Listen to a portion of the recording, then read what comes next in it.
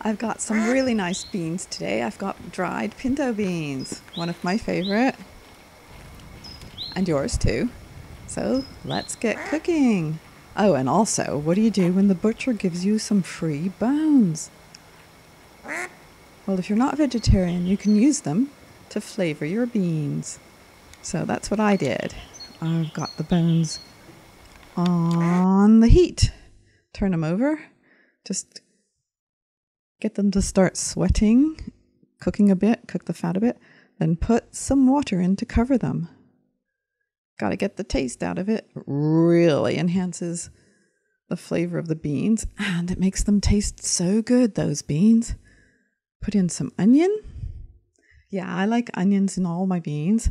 I also like garlic, which I put in this too.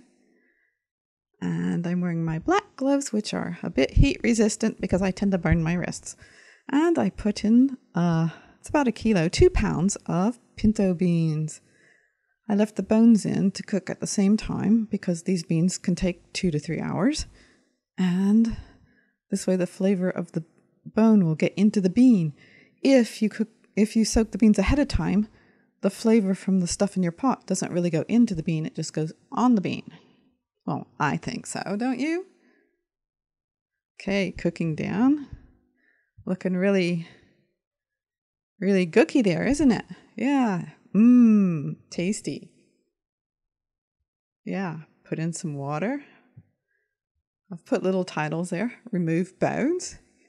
That's a good idea because you don't want to accidentally bite on one of those when you're eating your beans. That would be a bit rough. Okay, cook it down. I put in some turmeric, about 1 teaspoon because I love turmeric and it's healthy, and 1 to 2 tablespoons of cumin powder and 1 tablespoon of coriander powder. That gives it that barbecuey Tex-Mex flavor. Oh, and some salt. And as you're cooking these, as it takes several hours sometimes, just keep adding water because you don't want them to burn and stick to the bottom of the pan. Okay, after 3 hours, they're done.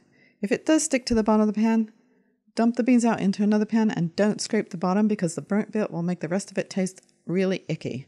You don't want that. Okay, when they're done, and that's it. I froze mine in several different 2-person portions, but do what you like.